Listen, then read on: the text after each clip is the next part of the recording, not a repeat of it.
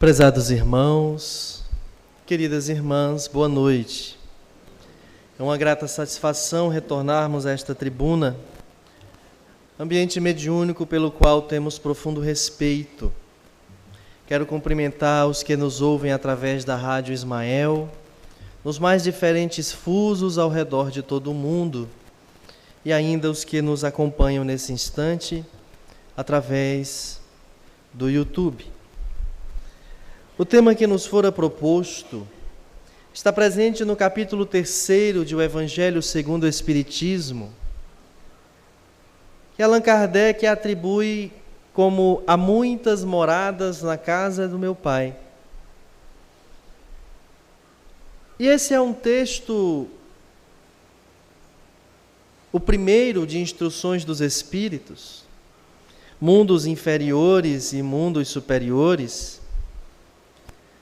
E ele é um texto diferente. Kardec assina esse texto como resumo do ensino de todos os espíritos superiores. Não assina com o nome dele, não é uma instrução de um único espírito assinada, como habitualmente lá vemos. Um espírito protetor, um espírito amigo. É um texto de Kardec, mas cujas ideias originais não são suas.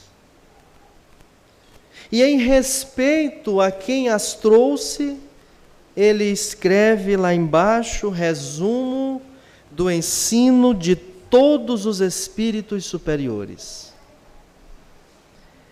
Isso está posto para nós por duas grandes e especiais razões.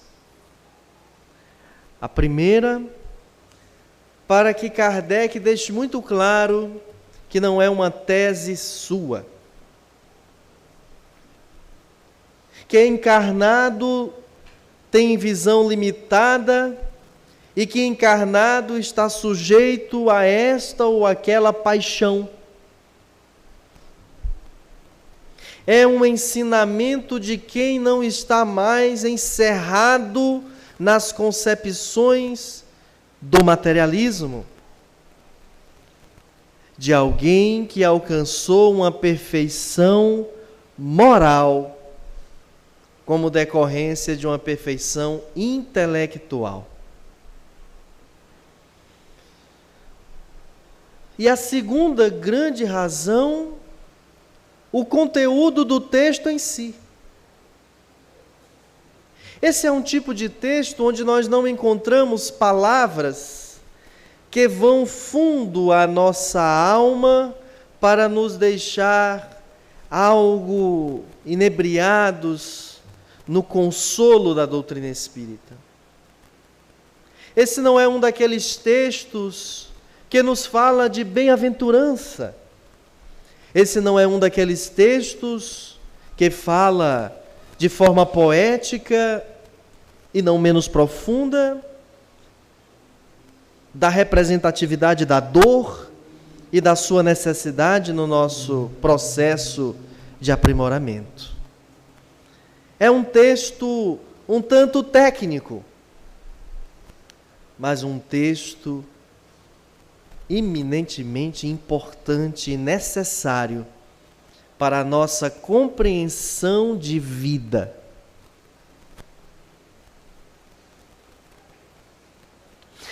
A doutrina espírita faz um convite em especial a todos nós, deixando muito claro que para atender esse convite não precisa nem tornar-se espírita, mas que se permita aceitar este convite ao menos uma vez. E aceitando, permitindo-se a vivência disto ao menos uma vez, desejar ser espírita será um passo. O convite de olharmos a vida de forma mais ampla e profunda. o convite de enxergarmos-nos como seres que somos muito além do que está escrito e registrado no CPF.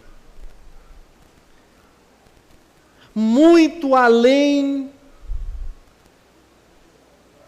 da configuração carnal que nos dá esta estatura, peso, cor de pele, muito além de cidadãos lotados em um município.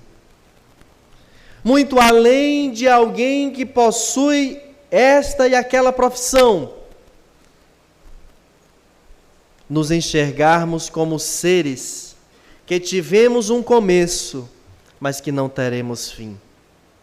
Nos enxergarmos como seres que nos encontraremos em múltiplas oportunidades reencarnatórias e que nestas oportunidades de novas encarnações, a configuração de cada uma delas estará pautada naquilo que fizermos de bom e de ruim em cada uma destas oportunidades, incidindo sobre a outra.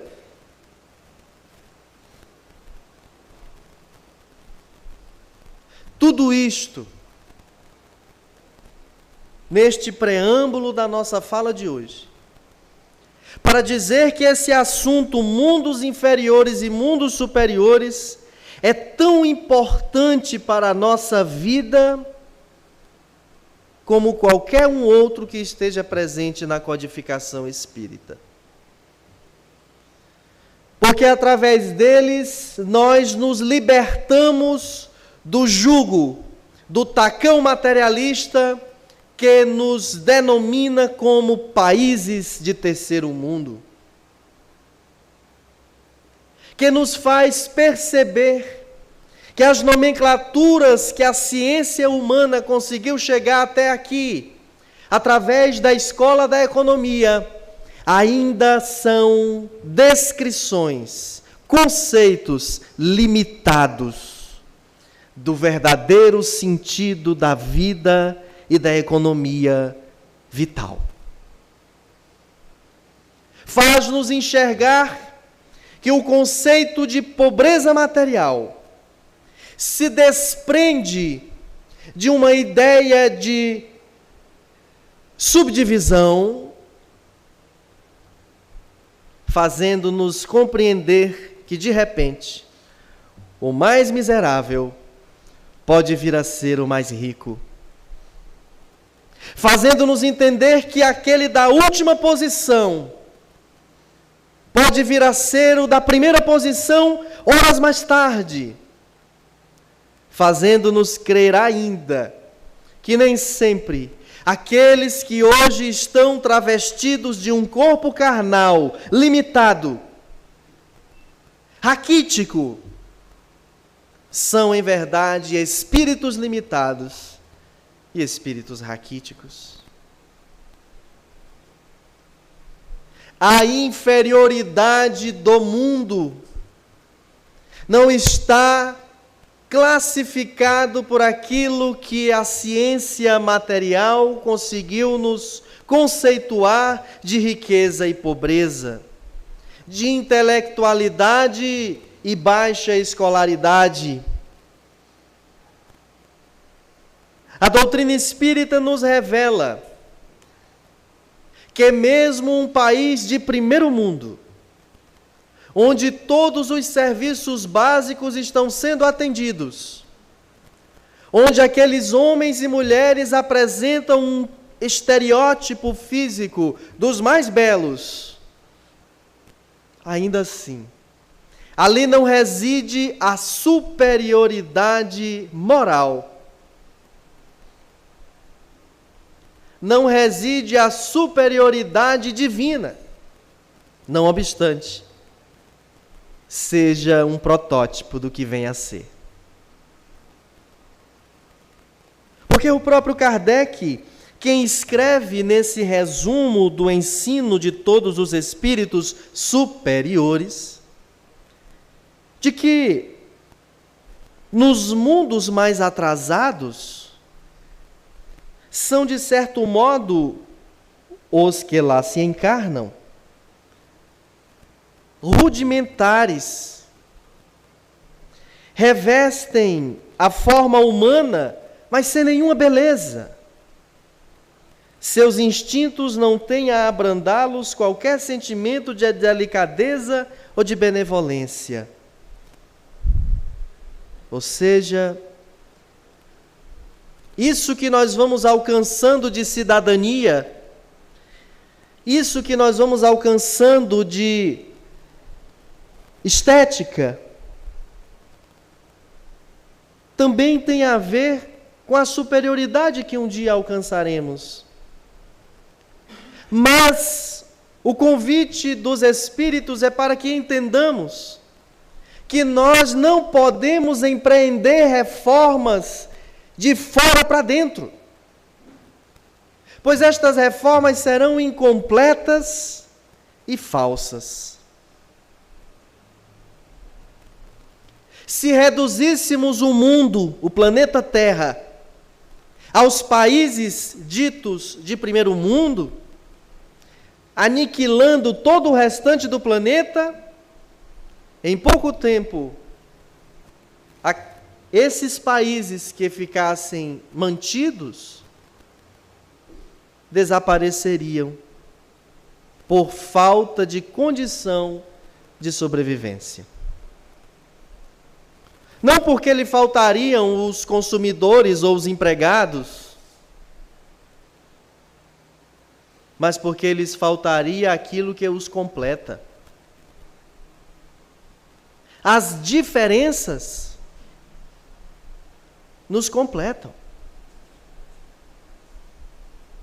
Se um é responsável pela economia, o outro é responsável pela educação, e um outro é responsável pelo resgate de almas endividadas no plano carnal, tornando-se um hospital. O Brasil, quisto por Jesus como coração do mundo e pátria do Evangelho. A superioridade da nossa nação não se mede pelo nível de corrupção em que nos encontramos, de não corrupção. A superioridade do nosso país se identifica na sua condição de cuidar de todo aquele que nasce no seu berço.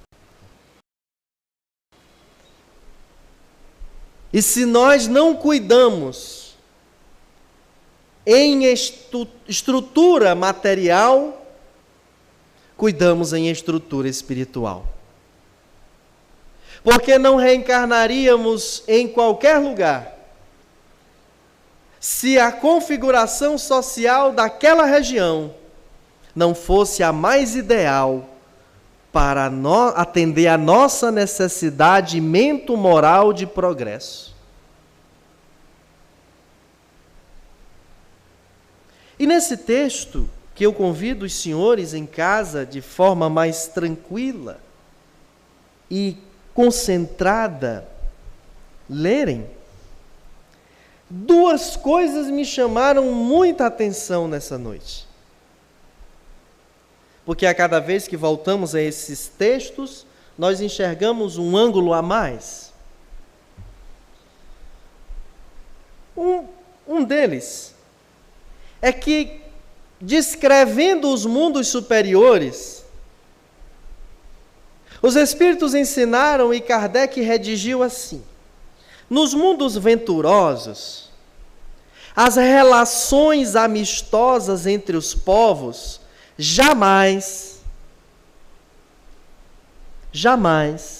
são perturbadas pela ambição. E eu lhes pergunto, se os Estados Unidos da América é um país de primeiro mundo, poderia ele representar a perfeição do nosso orbe, esbarrando-se nesta primeira descrição de Kardec para o que é um mundo realmente superior, ambição? Ou poderíamos dizer que historicamente aquela nação, valendo-se de diversos recursos, entre eles os bélicos, não vem sendo uma nação de política ambiciosa? Quem comercialmente enfrenta os Estados Unidos? E se enfrentar, que sanções não está sujeito? Busquemos os livros de história, os sites de internet, ou na nossa memória recente, a figura do presidente George W. Bush. E recordemos qual foi o seu maior legado para a humanidade. Busquemos na nossa memória e recordemos qual foi o legado do seu sucessor, que chegou mesmo a ser premiado com o Nobel da Paz, porque fez justamente o oposto do que aquele presidente realizou.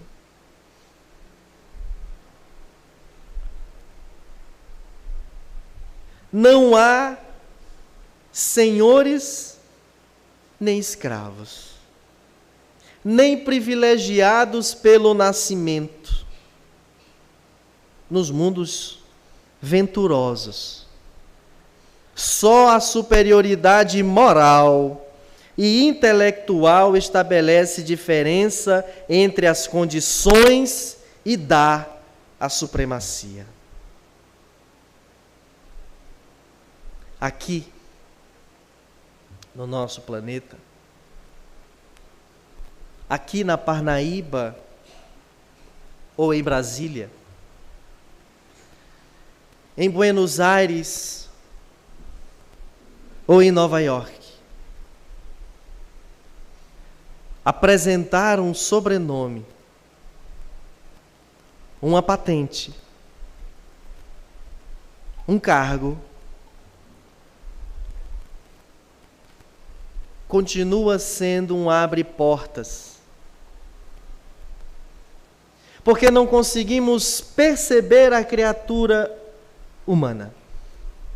Não conseguimos registrar a figura que ali está precisando. Nós ainda privilegiamos e contemplamos o retorno que, cuidando daquele que tem um sobrenome e um nome pomposo, possa me dar mais tarde.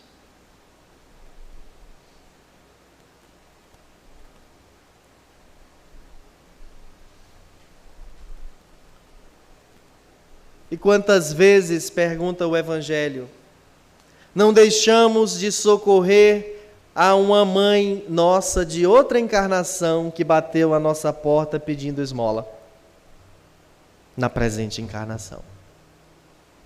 Aquele a quem eu tratei como um lixo, o meu pai, o meu filho de encarnação anterior.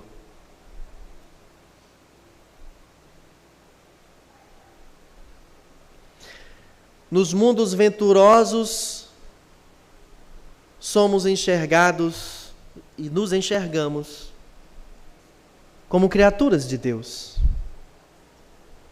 Nos amamos tão somente porque somos filhos de Deus. Não é porque é Sir Ayrton Alves.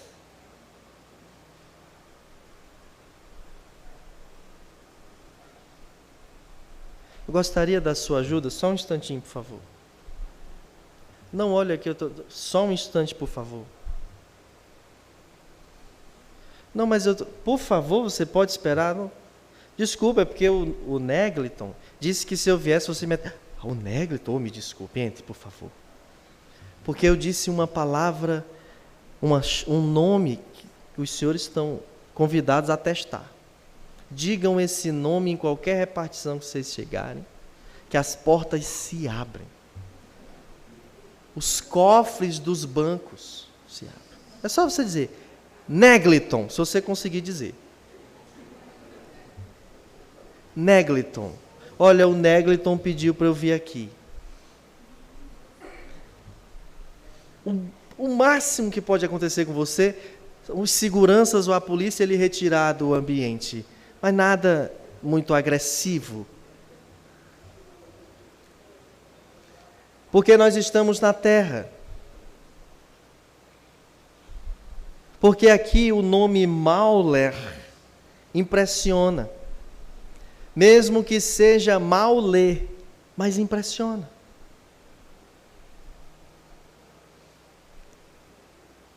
E nós vamos mantendo essa relação de superiores e inferiores, de melhores e piores, de maiores e menores, sem nem nos darmos conta. Está incutido nos nossos discursos. O preconceito está presente na poesia, na letra da música.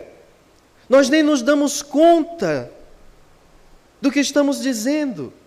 Um clássico do samba evoca no eu lírico, judia de mim, judia. O que é judiar? Quem judia é judeu. Já reparamos nisso? Já reparamos que algumas palavras nasceram dentro de um contexto histórico de preconceito e nós nem sabemos disso.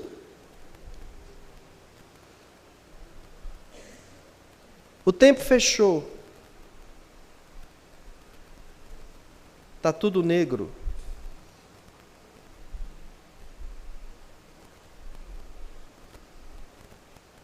Está na poesia. Está na música.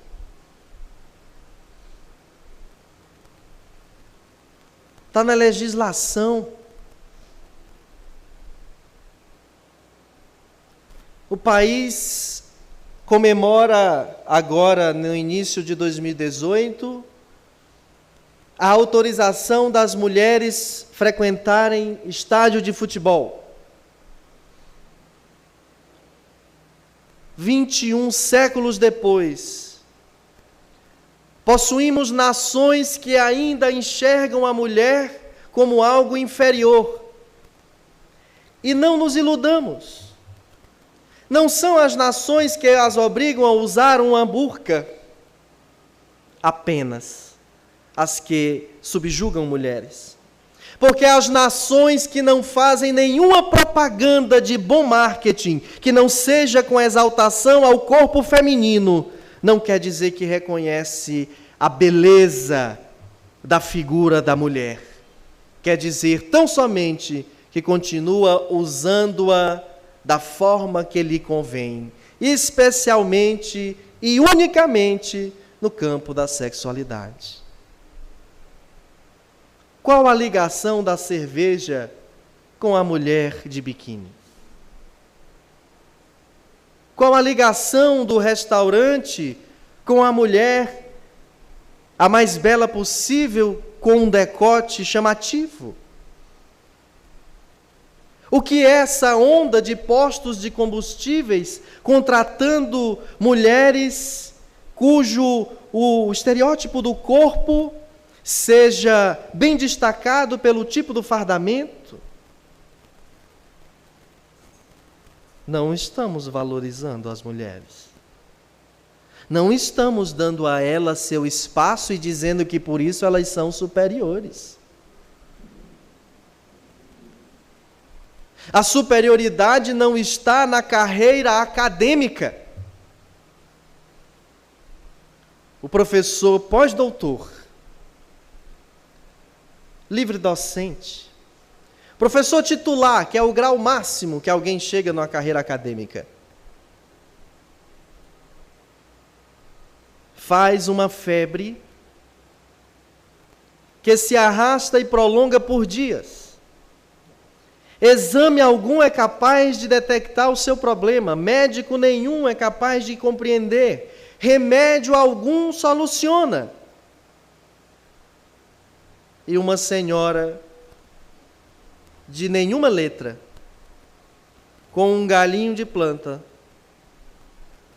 faz sobre ele uma oração, e a febre de dias e meses se vai. Então aquela superioridade intelectual tem a sua importância, mas tem a sua limitação.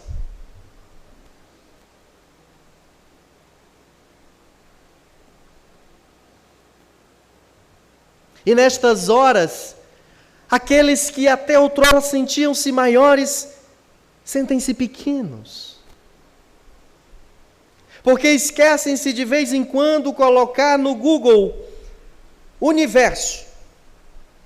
Dá um enter lá e clicar na aba imagens.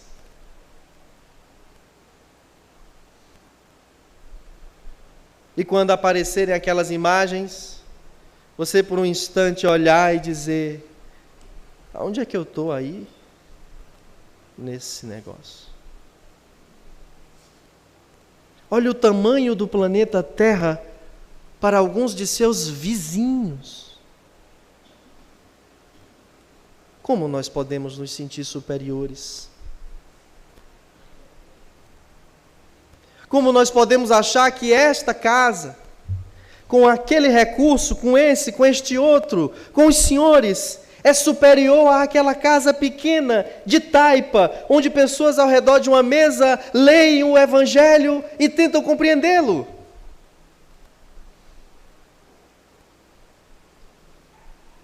Como dizer que o prédio de uma federativa que ocupa hectares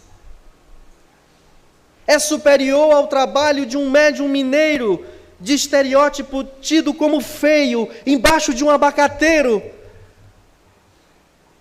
Como esse trabalho pode ser inferior se dali surgem mais de 400 obras psicografadas? Como esse trabalho pode ser inferior se por conta dele portas do mundo se abriram para o Espiritismo e através dessa janela chegaram à obra máxima, que é Allan Kardec e a sua codificação?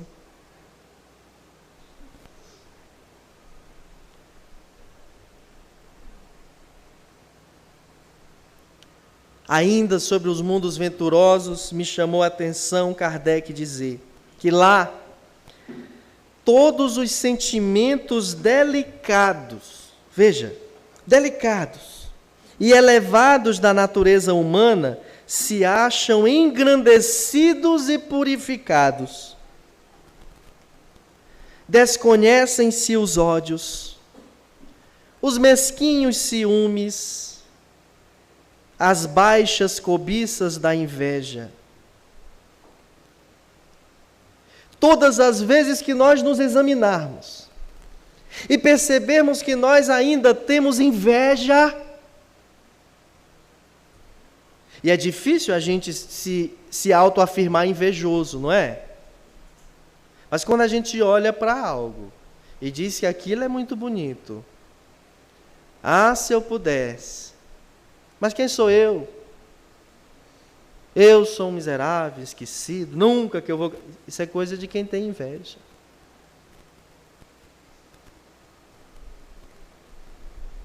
Então nós ainda temos cotas dentro de nós de desvirtudes. E todas as vezes, aí algumas estão em pequeníssima quantidade, outras estão em maior quantidade. Eu acho que, com exceção de Dona Joana, nós outros estamos tudo assim. Uns têm um pouquinho de inveja, outros têm um pouquinho de ciúme, e eu tenho muito ciúme.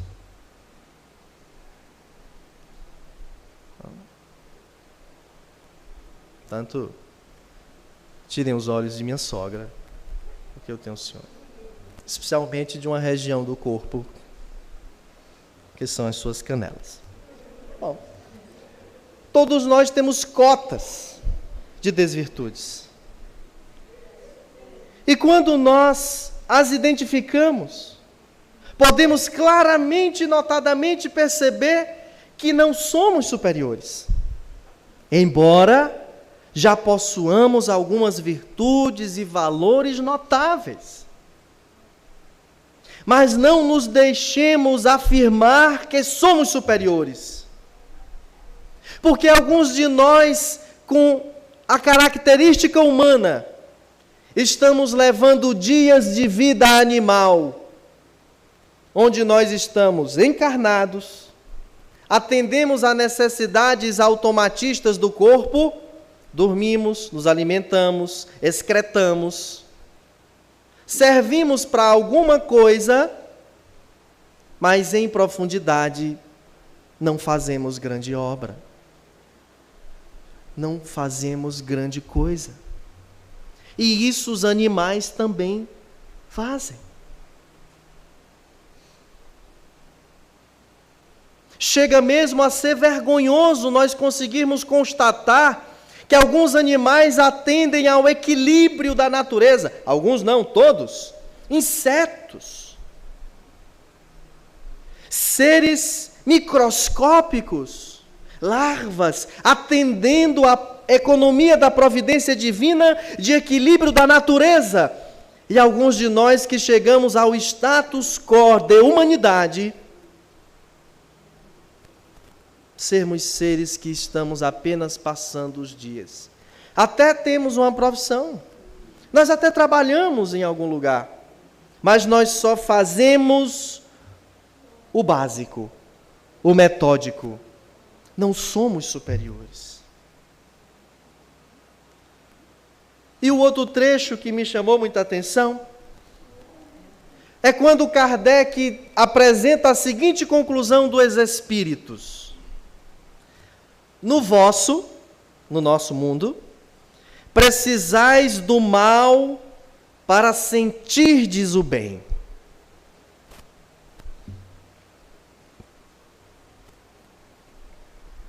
Perceba a profundidade disso. Precisais do mal para sentirdes o bem.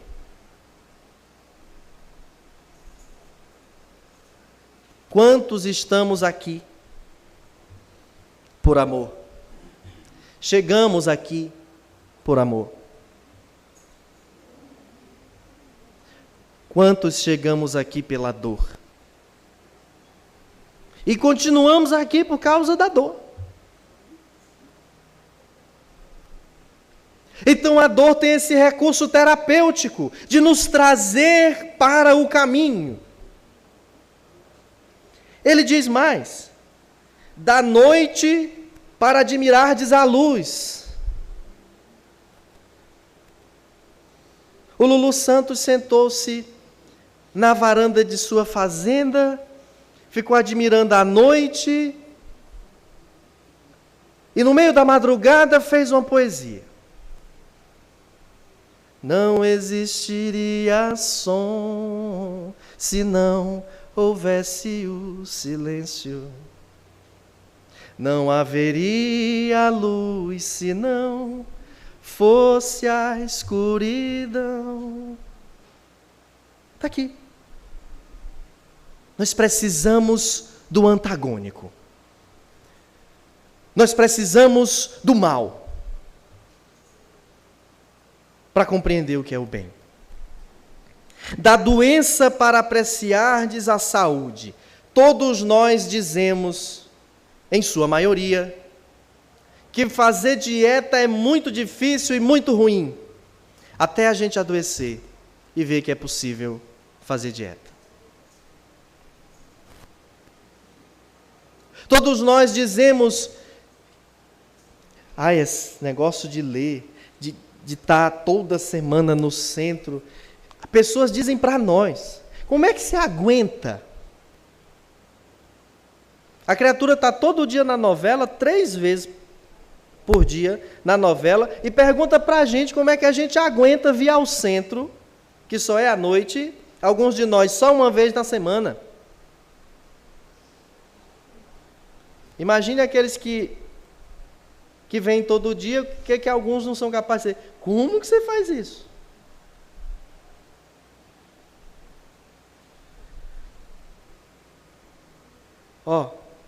A eterna luz, a eterna beleza E a eterna serenidade da alma proporciona uma alegria eterna, livre de ser perturbada pelas angústias da vida material ou pelo contato dos maus que lá não tem acesso.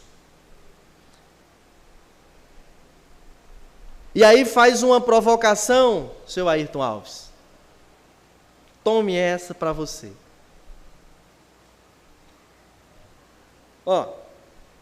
O espírito humano foi bastante engenhoso para pintar os tormentos do inferno, mas nunca pôde imaginar as alegrias do céu. Por quê? Pergunta Kardec. Porque, sendo inferior, só há experimentado dores e misérias, jamais entreviu as alegrias celestes. Não pode, pois, falar do que não conhece. E por isso, para alguns de nós, a felicidade é o lazer. Para outros, a felicidade é o trabalho. Para alguns, a felicidade é roubar.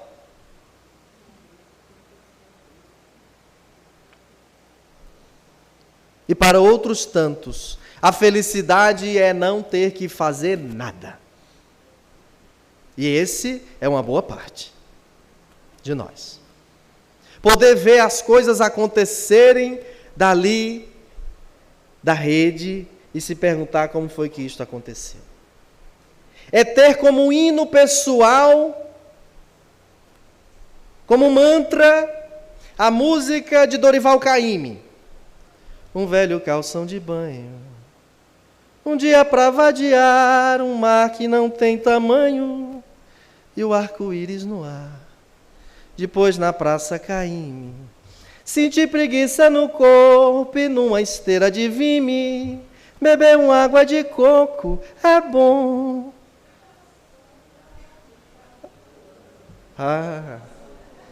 É o hino de muita gente, né? É o hino de muita gente. Para alguns, muitos de nós, é isso. Só que Jesus, tendo dito, há muitas moradas na casa de meu Pai, dissera ele também, meu Pai até hoje trabalha, e eu também trabalho. E diz Kardec, que o trabalho é que vai nos dar garantia de alcançar a superioridade do mundo. Que existem sim mundos superiores, mas eles não são porque Deus foi parcial. Eles o são porque existem há mais tempo que nós. E não obstante atendam a um progresso, o próprio orbe. 80% do seu progresso se deve aos que o habitam.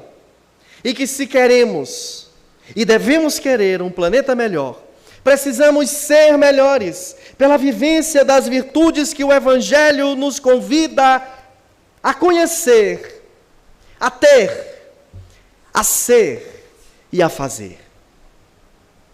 Diz-nos o benfeitor espiritual desta casa, é o Cristo quem quer que aqui estejamos, não só nesta casa, nesta data, nessa palestra, mas no orbe, estudando, trabalhando e recordando do seu convite amoroso, independente da condição social que nos encontremos, vinde a mim, todos vós que sofreis e estáis fatigados, e eu vos aliviarei.